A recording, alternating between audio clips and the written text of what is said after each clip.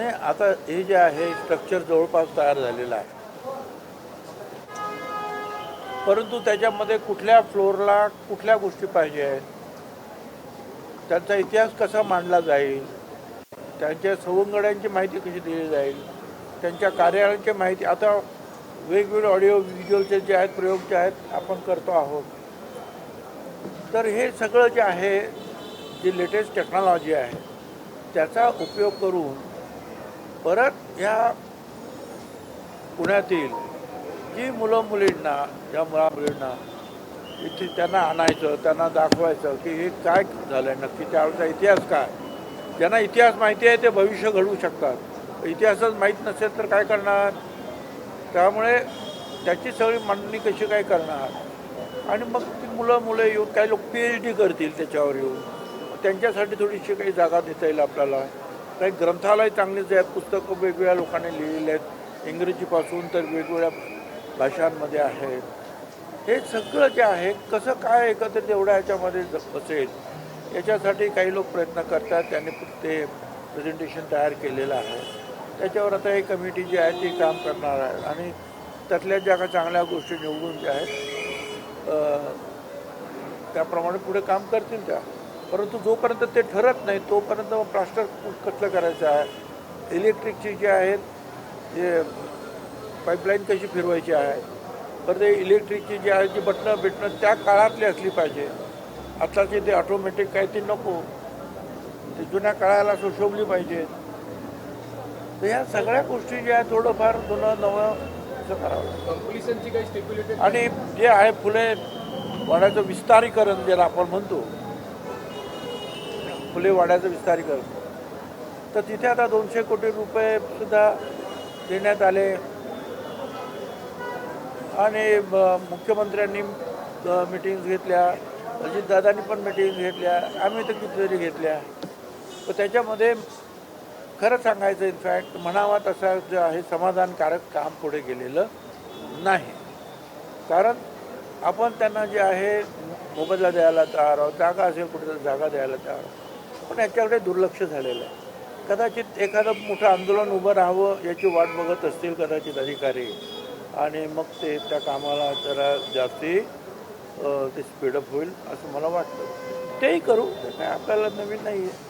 साहेब, एका बाजूला तुम्ही म्हणताय की कामाकडे तुमचं लक्ष आहे, मुलांना इतिहास कळला पाहिजे, इतिहास कळला तरच भविष्य घडवू शकतात. मात्र तुमच्या चित्रपटातील जे खासदार आहेत त्या फुलेवाड्यात जाऊन वडाची पूजा करतायत वटपौर्णिमेला, हे किती बरोबर आहे? अर्थात तुम्हाला एका अर्थाने चॅलेंज करतात. ठीक आहे की त्या भगिनींबद्दल मला सुद्धा आदर आहे, त्याने ते समजून घेतलं पाहिजे ना की प्रत्येक ठिकाणच्या प्रत्येक गोष्टीच्या भावना काय आहे.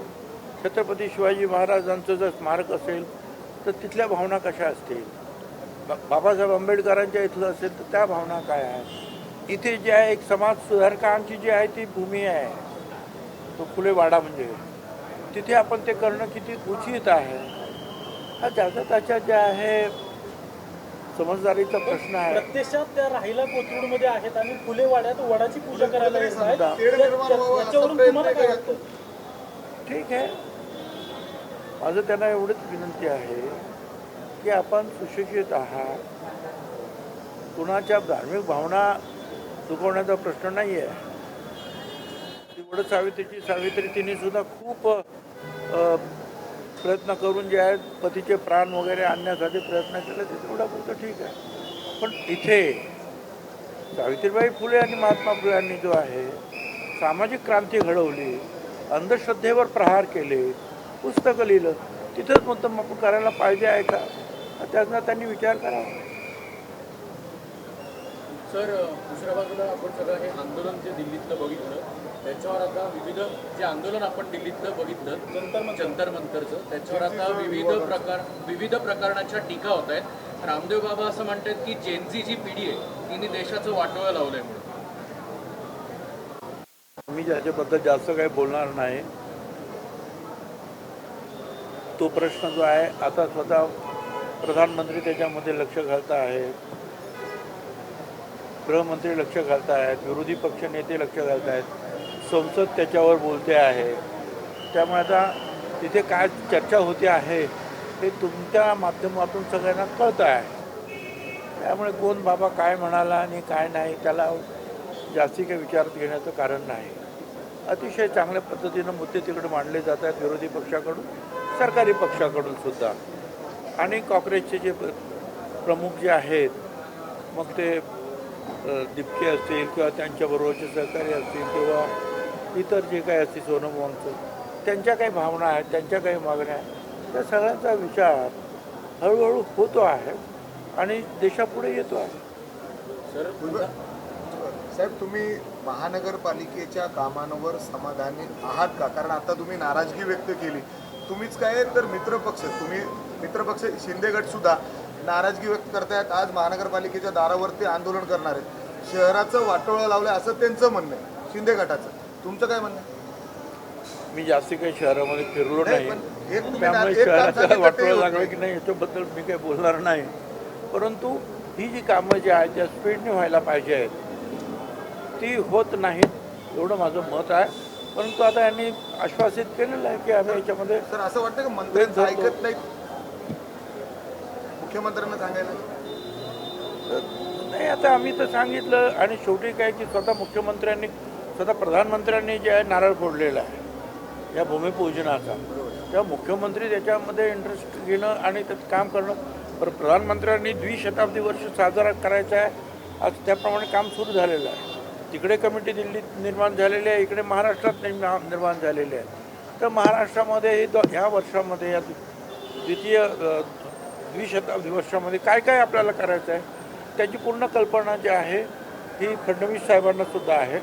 त्यांच्यावर चर्चा झालेली आहे आणि त्याप्रमाणे ते सुद्धा पुढच्या आठवड्यामध्ये. भुजबळ साहेब, तुम्ही काय पहिल्यांदा आलेला नाही, त्याच्या अगोदर सुद्धा 4 वेळा आलेला आहात. हे सगळं पाहणी अनेक वेळेला कोर्टात सुद्धा भीती नाही ना असं वाटतं का? मग कोर्टात सुद्धा अनेक वेळेला उभं राहिलेलं. नाही, तुम्ही इथं सुद्धा येऊन गेले, तुमची भीती नाही का? मग तरी जर तुम्ही 4 वेळा येऊन पाहणी करताय, सर्वे करताय, बघताय, सगळं करताय, तुमची भीती नाही दिसत? लोक जरा असं आहे की महात्मा फुले, सावित्रीबाई फुले हे समाज सुधारक, शांततेच्या मार्गानं समाज सुधारण्याचं काम त्यांनी ते केलं.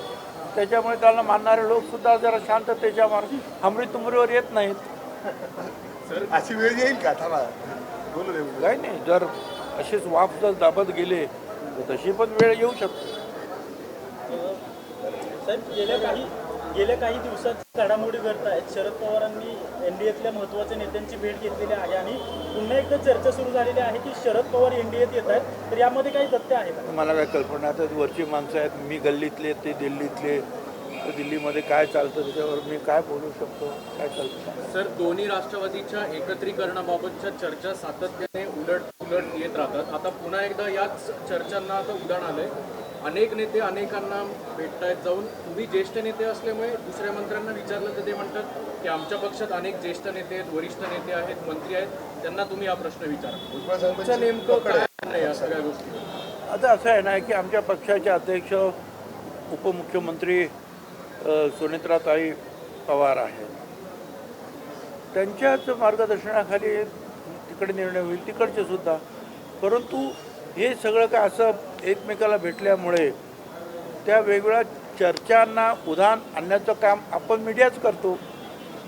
ते काय ते करत नाही आणि आम्ही करत नाही. बरं, मुख्यमंत्र्यांना भेटायला सुद्धा सगळे जातात, प्राईम मिनिस्टरला भेटायला सुद्धा सगळे जातात. उदाहरणार्थ विधानसभा सुरू असेल आणि तिथे मुख्यमंत्री असतील तर सगळ्या पक्षाचे वेगवेगळ्या बाहेरचे सुद्धा आतले सुद्धा जे आहे राजकीय नेते, सामाजिक नेते भेटतात. त्याचा अर्थ ते त्यांच्या पक्षात गेले असं होत नाही. त्यामुळे ज्या वेळेला ते होईल त्यावेळेला बघू.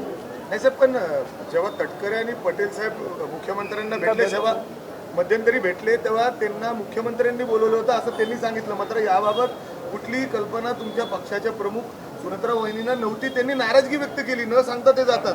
मी सुद्धा अनेक वेळा मुख्यमंत्र्यांना भेटतो, कार्यक्रमाच्या ठिकाणी प्राईम मिनिस्टर आणि अमित शहा साहेबांना सुद्धा भेटतो.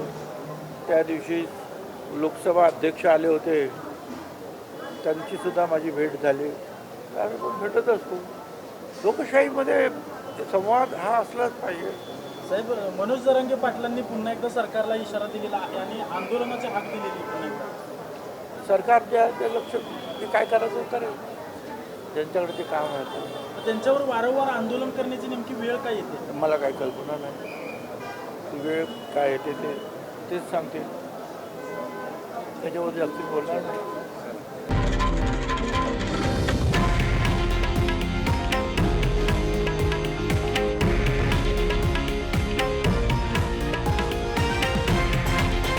हे आहे देशातील नंबर 1 न्यूज नेटवर्क आणि आपण पाहत आहात TV9 मराठी, एकमेव.